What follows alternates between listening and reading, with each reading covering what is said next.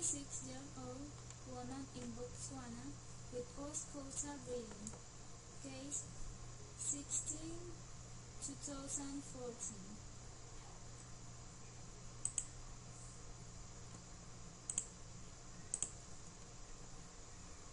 Definition: a 46-year-old woman in HIV infection has seen biochemical in Botswana because of postcoital bleeding. The patient has been generally well until 6 years before presentation, when weight loss and pelvic pain developed until gets HIV. HIV antibody testing was positive.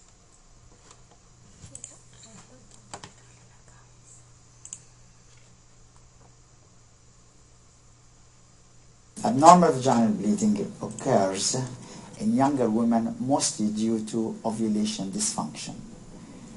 In order to have a normal period or normal cycle, you need to have ovulation. Ovulation occurs once a month, and if it doesn't happen, the period and the cycle are abnormal. So the most common reason in young people under the age of 30 is ovulation dysfunction. It is also important under the age of 30 in case of abnormal bleeding to exclude ectopic pregnancy by simply doing a pregnancy test. Over the age of 30, endometrial polyps and fibroids inside the uterus may be the culprit. After the age of 40, it's important to exclude uterine cancer, polyps, and fibroids. In women with abnormal bleeding, it is very important to perform a transvaginal scan, which often will give us the diagnosis of endometrial polyps and fibroids on the scan. It is also important to do a pregnancy test to exclude an ectopic pregnancy.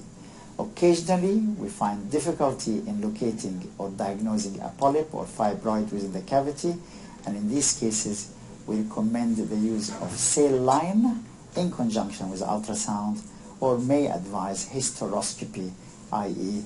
using a camera to explore the uterine cavity under anesthesia. Abnormal bleeding, which is only related to intimate relationship, is simply because of touching the cervix, some abnormality on the cervix. And the most important reason to exclude in younger people is chlamydia infection. The second abnormality is cervical cell abnormalities, which are detected by abnormal smear.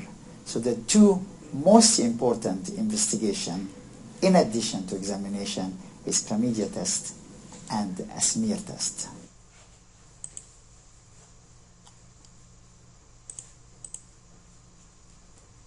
4 years before presentation, the serum CD4 plus T count was 193 cells per cubic millimeter, indicating that the patient was eligible for antiretroviral treatment, ART, in Botswana.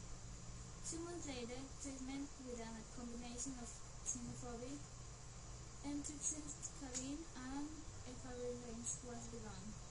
At a follow-up appointment 1 month later, a gynecologic examination was performed to evaluate vaginal discharge, urinary frequency, and dysuria. Abnormalities were reported: regulates a low weight, small interperitoneal lesions.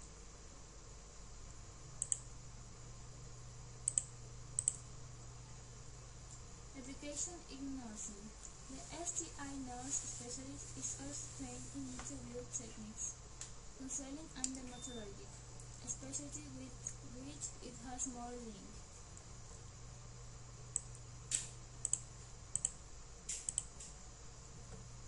The nurse would help to eliminate resistance to change behaviors, helping patients to find ways to reduce the risk and discomfort relates to the subject of sexual activity and STI.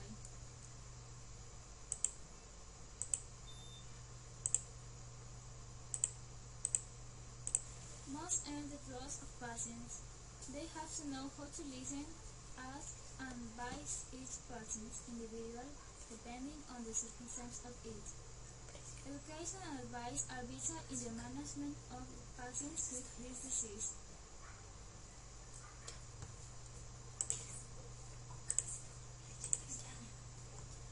Disadvantage: high risk of infection by the human papillomavirus, genital glands and high-grade squamous intraepithelial lesion of the cervix, squamous cell carcinoma of the vagina.